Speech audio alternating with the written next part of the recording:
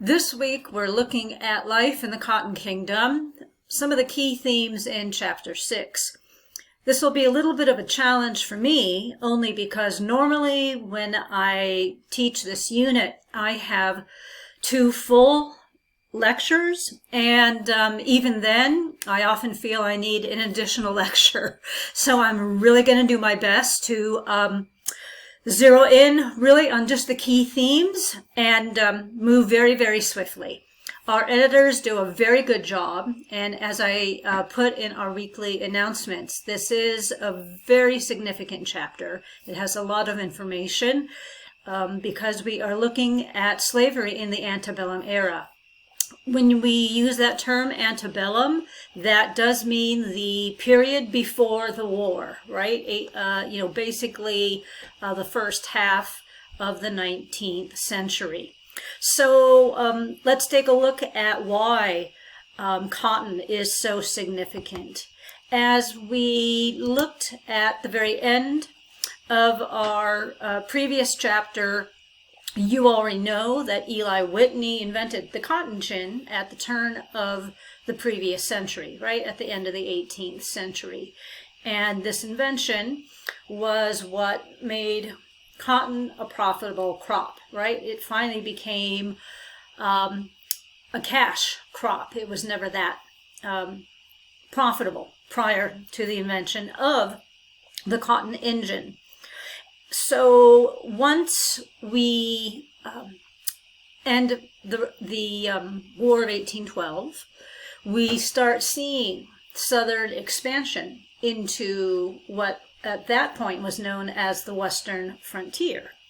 White Southerners start moving into Western Georgia, Alabama, Mississippi, and forcing out the native peoples who were already there. The most egregious example of this is the Trail of Tears under the Jackson administration. But that is the least of the atrocities that occur in this time period. And each generation and each decade, this issue of Western expansion is going to keep testing us on the national level, because the question will be a persistent one nationally. As we expand as a nation, can the institution of slavery also expand?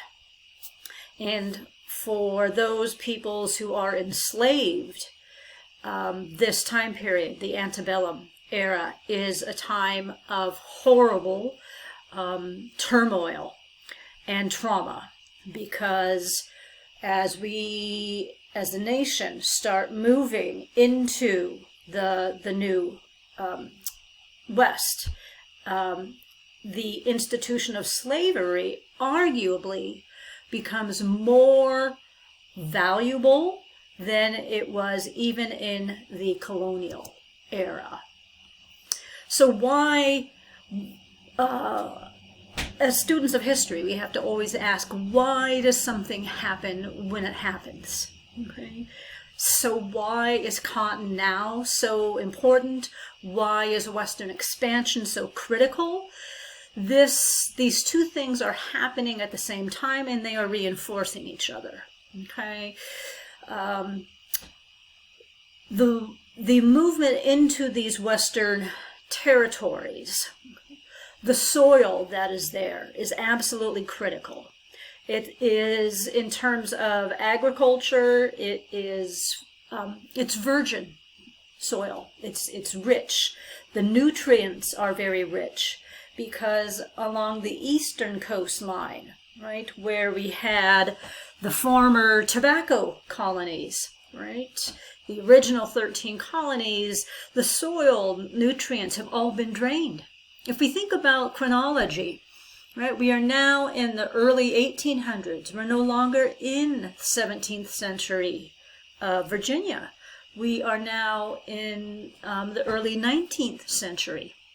And so in this time period, agriculturalists are not familiar with the idea of letting fields lie fallow for a couple of years, right?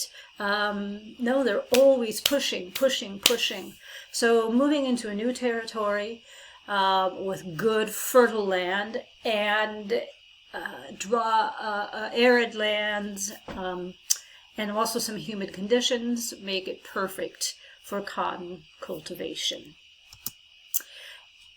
The slides that I'm using, it's a combination of some of the exact same imagery in chapter 6 and also from another lecture. So they might not necessarily line up with chapter 6, but covers all of the same themes. Okay. So this particular image is an image of cotton production in the South from 1820 to 1860. Okay. What all of these little tiny dots represent. Okay. The small, lightest in color, I know it might be very difficult to read, but the light little blue represents cotton production. Each dot represents 2,000 bales in blue in 1820, and you can see that's mostly in the Carolinas. Okay, and then by 1840, we have the red, and it's moving into Georgia and into Alabama. And then we have the purples, and you can see that's very far west, moving into Texas and Arkansas and Mississippi and Louisiana. And we're seeing a real cluster there. Okay. So all of these lower states, the Deep South that we think of today, the Deep South, this is why these states become known as the Black Belt, because it's the heart of cotton production and it is so reliant upon enforced slave labor. One of the greatest ironies as we enter into the early republic, right, is that even though the international slave trade was banned in 1808, right, because of the success of the cotton engine and the radical transformation of our economy, right, and the cotton boom, we would then see a huge rise in our domestic slave trade in the 19th century. And there is so much pressure placed, economic pressure placed on the domestic slave trade. This is where we see some of the most absolute horrific atrocities taking place during all of the institution of slavery. This is where we reach the nadir, the lowest of the low, when it comes to the cruelties and barbarities of the way one can treat another human being, because enslaved peoples are treated completely like chattel, penned up, sold like livestock in some of the biggest slave markets in our nation, Natchez, in Mississippi, New Orleans in Louisiana, and even in Washington, D.C. Washington, D.C. will become actually one of our largest slave trading markets. And all of this stands in a great contrast to what slave owners like to argue. Because by the time we reach the 1820s and 1830s, as we'll look at next chapter, there is clearly a rise in abolition. But slave owners will have to start to argue publicly and defend this institution. And so they're going to argue that slavery is benevolent, that it is doing something good, But all anyone ever has to do is walk by these horrific slave markets, and we can see, right? It's quite visible to the naked eye what a horrific, horrible institution this truly is. This map is an illustration of the effects that cotton has on the domestic slave trade. You can see, if you follow all of these red lines, the movement is going west, right? And these are showing the slave trade routes. This is the domestic slave trade routes.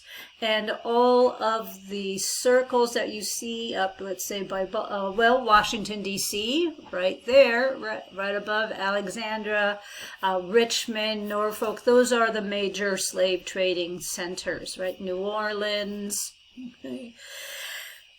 In this time period, in the antebellum era, it is estimated that 50%, half of all enslaved peoples are broken up. Their families are broken up and sold off and forcibly moved into the Black Belt, right? Sold away as a result of the domestic slave trade.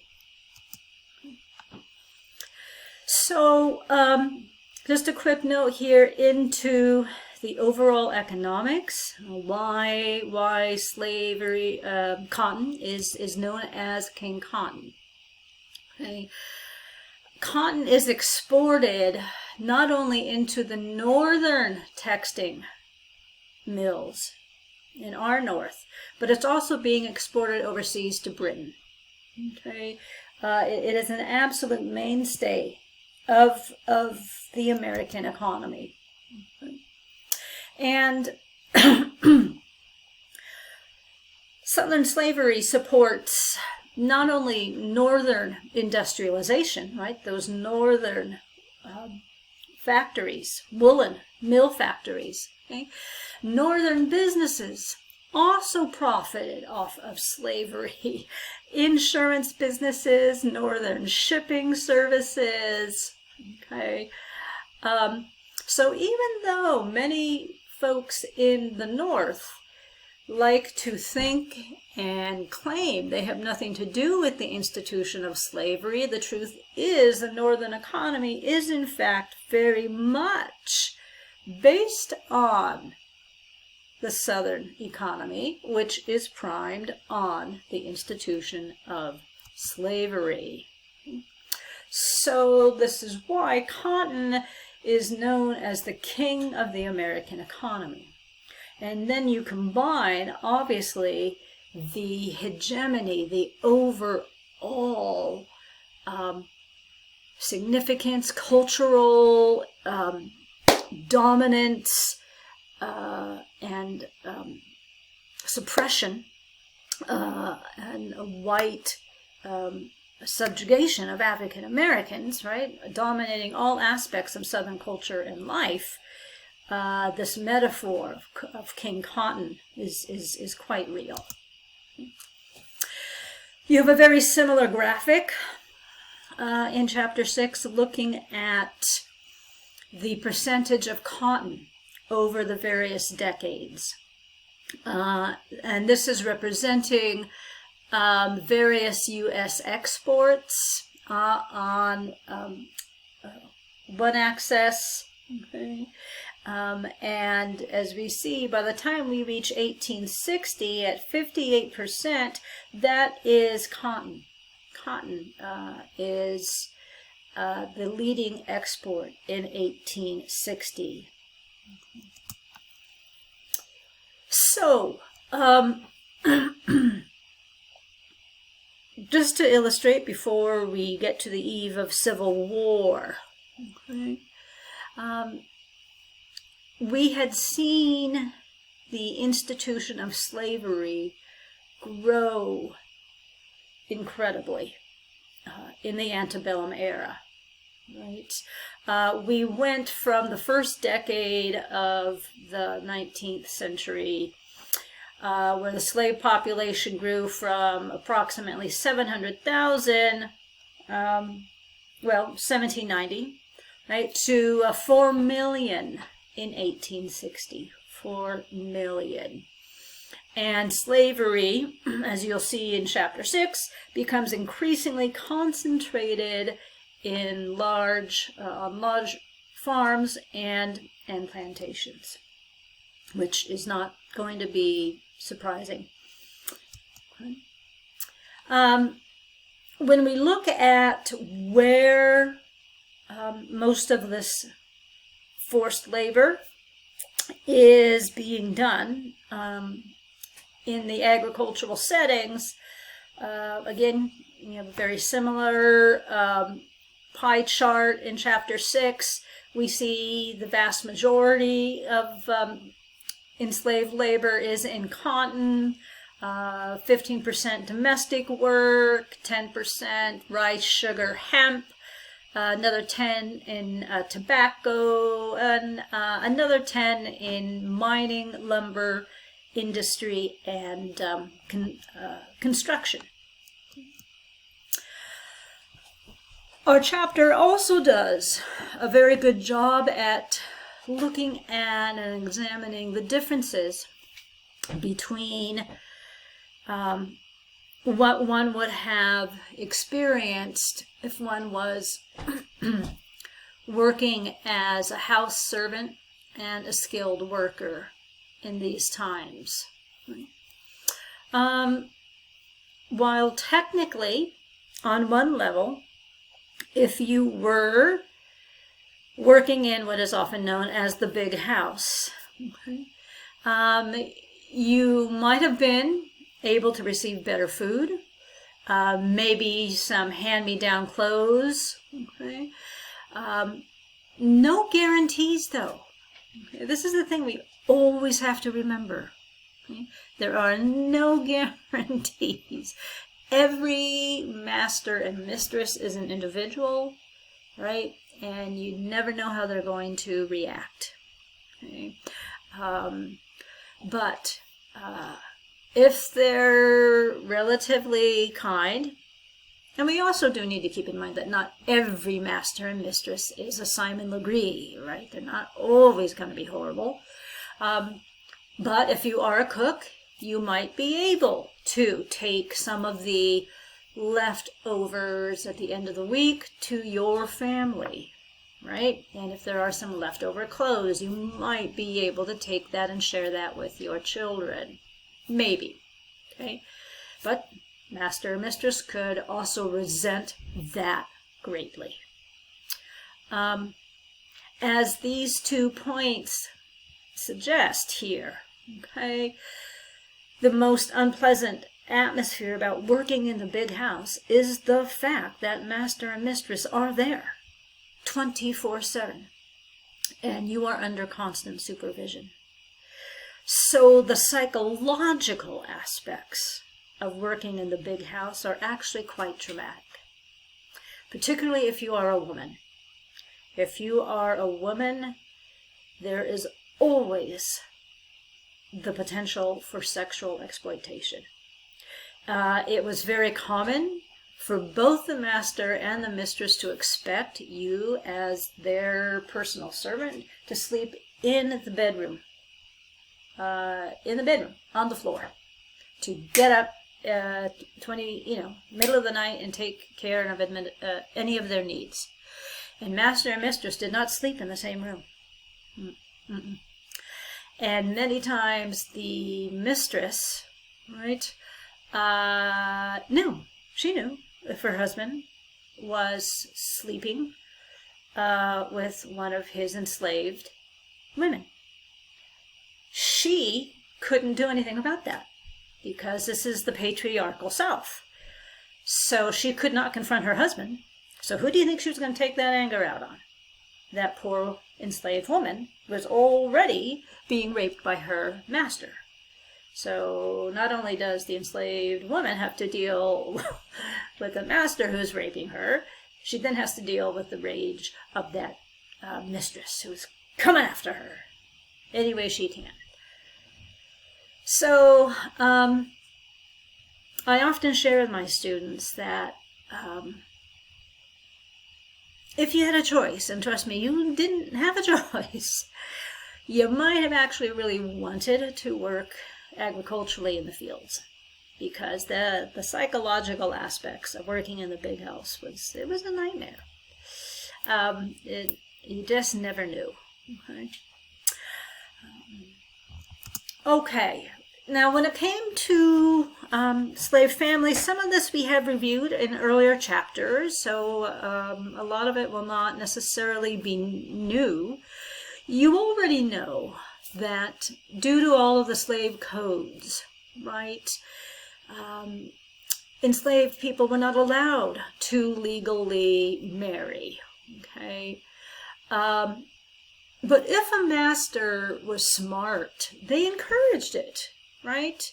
Because from their perspective, you want your workers to actually be happy, right? Because workers who are happy are less likely to rebel. So a wise master and mistress would encourage their enslaved workers to marry. So many times people did. It was known as an abroad marriage. You often married someone maybe on a neighboring plantation.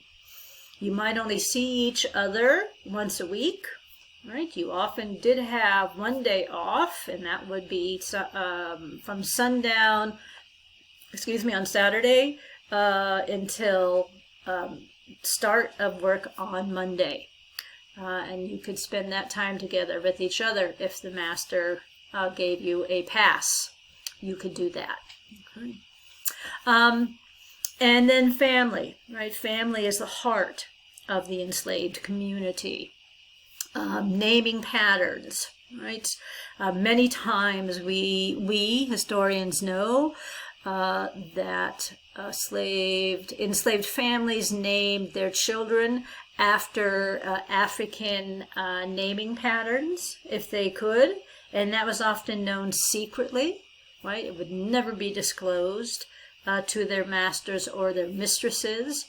We know that there was a lot of fictive kin, right? Where elders came and took care of children who might have had their parents sold and separated off. And these relationships that we see here, where this fictive kin, right, where respected elders were referred to as aunts and uncles. This is actually a long tradition coming from Africa. And it's still a very strong tradition today. In most African nations, respected elders are referred to as aunt and uncle. But white masters didn't realize that. They often thought that anyone in the slave community was called aunt and uncle. That was not true. Only those respected elders were called aunt and uncle. But we see that misunderstanding today in many stereotypes. Just walk into your grocery store. Are you going to find Aunt Jemima? Are you going to find Uncle Ben's rice? There were no Aunt Jemimas or Uncle Ben's making those products brought to you by General Mills or whatever stupid big white food company. Okay, see, I could go on and on. Speaking of whites, Southern whites not understanding, because I don't want to go too long. Let's take a look at who did own slaves. The truth is, the vast majority of Southerners, particularly as we move decade by decade, closer and closer in to the Civil War, okay, 2/3 of Southerners do not own slaves. Okay, being able to purchase another person in this time period, it's very expensive, as you see in this chapter. Okay,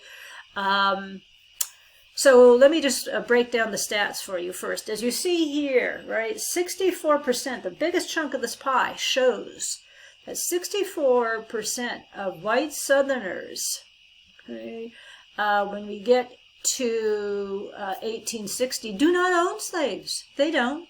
Okay. The next chunk, you've got 18%. They do own some, but 5 or fewer. Okay. 15% might own 5 to 50 workers. Okay. And then what we know as the planter elite.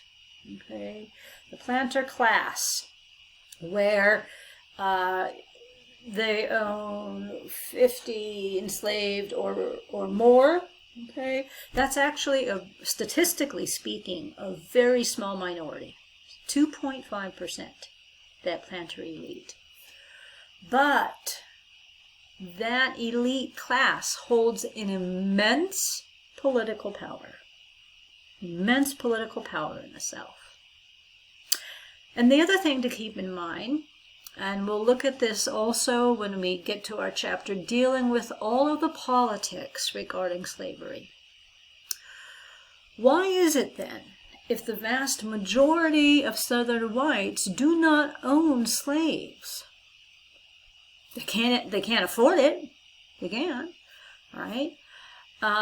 Because as we learn in chapter 6, right, even in the 1830s, the cost to buy one worker, a young man, okay, in his prime, is the equivalent of about $32,000 today.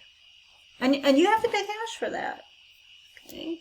So if the vast majority of Southern whites can't do this, why are they willing to go to war for it? Okay? Because slavery, as we have already learned, has been so embedded into Southern culture and Southern life, and that racism has been embedded into it. Okay?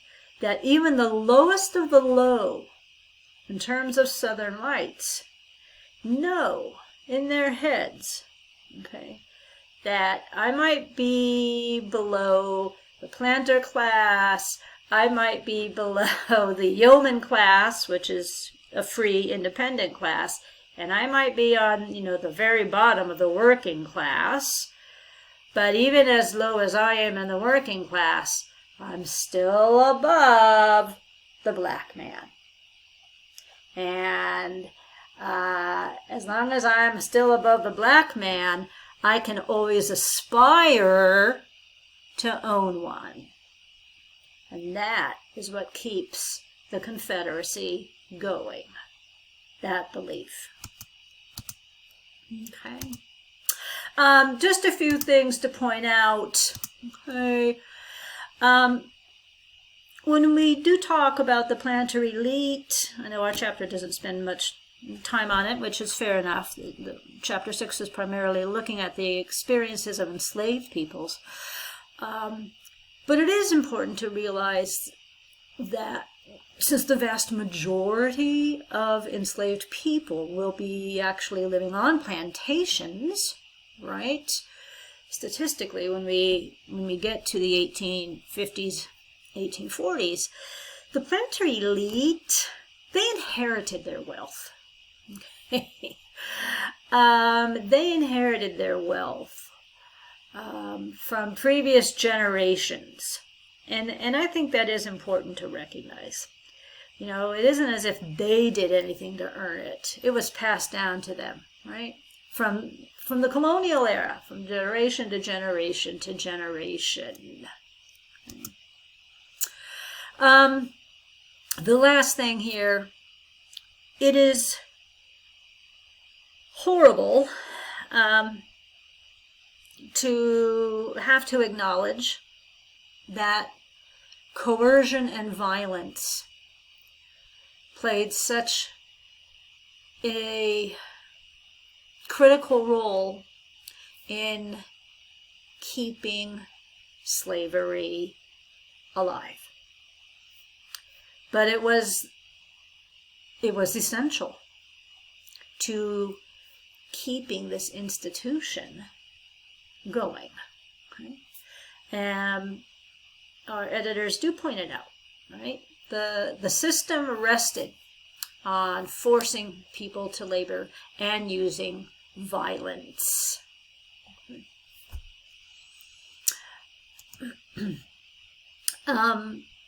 Both master and mistress used violence in horrible, despicable, cruel ways. The only time we ever saw any humanity in this time period was more often demonstrated by those who were enslaved than by the vast majority of owners. And we'll take a look when we get to the upcoming chapters on abolition. We'll take a look at Frederick Douglass and what he has to say about how the institution of slavery completely corrupts everyone. That it thoroughly corrupts masters, mistresses, and it actually, it breaks slaves as well. How can it not? Okay, thank you.